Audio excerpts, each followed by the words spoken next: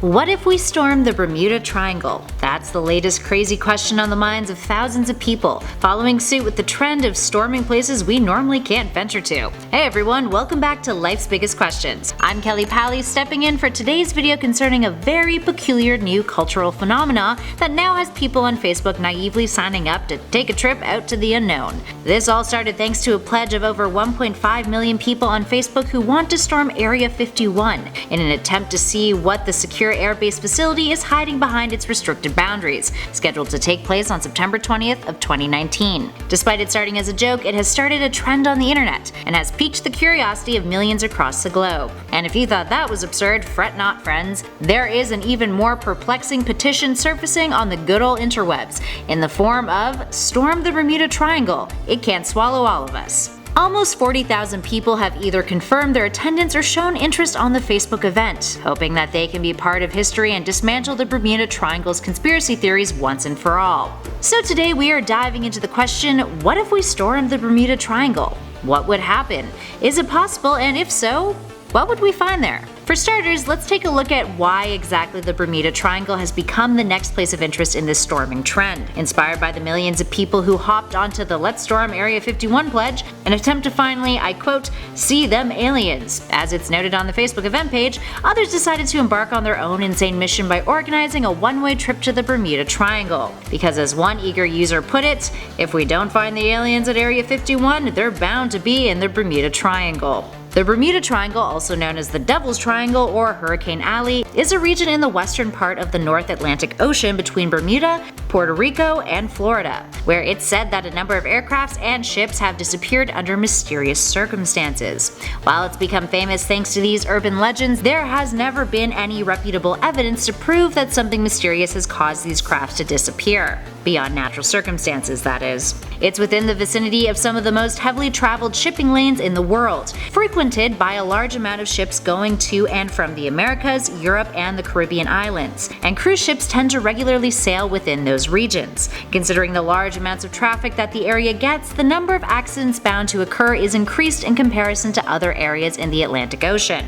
The Bermuda Triangle first gained attention in 1950 when an article was published in the Miami Herald by a writer named Edward Van Winkle Jones, suggesting strange and unusual disappearances in the area, a story that was further perpetuated 2 years later when a magazine called Fate published an article titled "Sea Mystery at Our Back Door," which was an attempt to catalog ships and planes that had gone missing in the Triangle's vicinity. Most famously though, Flight 19, a group of 5 US Navy Grumman TMB Avenger torpedo bombers who were on a training mission and never returned. Flight 19 would continue to be a topic of controversy throughout 1962 and 1964, when more articles were written on it and its disappearance, with one claiming that the flight leader had been heard saying, I quote, "We are entering white water. Nothing seems right. We don't know where we are. The water is green. No, white." This began to suggest that something supernatural was involved in the flight's disappearance, a theory that caught on and found its way becoming more and more explored in other avenues of pop culture. To be fair, the list of incidents is somewhat alarming. In 1918, the USS Cyclops, a US Navy ship with a crew of 309 people, went missing without a trace,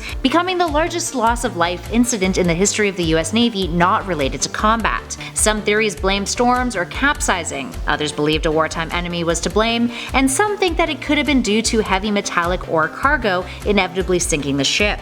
In 1921, a ship called the Carroll A. Deering was found abandoned near North Carolina, believed to be the victim of piracy, and another unknown streamer was seen sailing along the Deering's initial track, yet ignored all signals from the lightship, causing some to speculate paranormal activity. Was it a ghost ship? In 1955, the crew of a yacht called the Connemara 4 vanished with the ship being found adrift. Now that's only to name a few situations, and a percentage of the incidents and the events surrounding them were victims of inaccurately reported evidence. Naturally, people were skeptical. Paranormal theories have emerged to explain those events, with conspiracy theories suggesting that the Bermuda Triangle has ties to the lost continent of Atlantis, while others think it could be the work of UFOs. But those theories have mostly been embellished by authors and works of fiction. But on the other hand, those who accept that the Bermuda Triangle is privy to some sort of phenomena have offered up sound suggestions as to why there have been more aircraft and boat disappearances out there. These natural explanations include compass variations causing problems with navigating due to unusual magnetic anomalies thanks to variations in relation to magnetic poles. Violent weather is another possibility, with hurricanes forming in tropical waters that have historically cost thousands of lives, which are likely responsible for causing a number of incidents related to the Bermuda Triangle. And another logic explanation is the presence of large fields of methane hydrates, natural gas that exist on the continental shelves. Bubbles from them have proven in scientific research to sink scale model ships by decreasing the density of water, and it has been hypothesized that periodic methane eruptions can produce regions of frothy water that does not allow for adequate buoyancy for ships, meaning a ship could sink rapidly and without warning in those areas. So with all of that in mind, what would happen if we stormed the Bermuda Triangle? Realistically, it comes down to a matter of how. If a ton of people set sail out to the Bermuda Triangle, sailing out from, let's say, Florida on a massive fleet of ships, assuming that the resources were made available to do so, there are a handful of possible scenarios that could occur. The first is absolutely nothing. They'd reach what is presumed to be the center of the triangle and nothing would happen. They would find nothing. It would just be water. The second is that the fleet would encounter devastating weather. Hurricane season occurs between June 1st and November 30th in the Atlantic. And if people stick to the date that appears on the Facebook event of October 1st to travel out there, there is a good chance that many of their ships could struggle or face more fatal consequences due to tumultuous forecasts. A third possibility is that of human error. Say compass variations cause them to be misdirected out on the sea, or if everyone got very intoxicated, the plans could go awry, with the ships not getting very far near the center to begin with, or getting lost at sea altogether, causing for a catastrophic tragedy for those who embarked on this baffling journey. And last but not least, those methane hydrates surely could make the situation worse, causing ships to sink with little to no warning, also resulting in tragedy.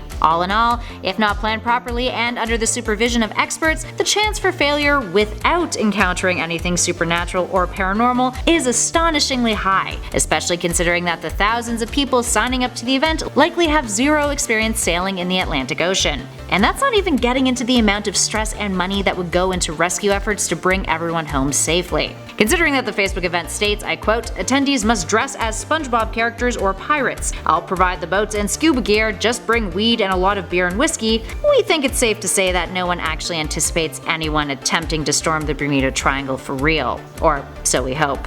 Alright, there we have it friends, what do you think? Do you think it would be possible for thousands of people to storm the Bermuda Triangle? Share your thoughts with us in those comments below. In the meantime, stay curious and thanks for watching. We'll catch you all in the next video.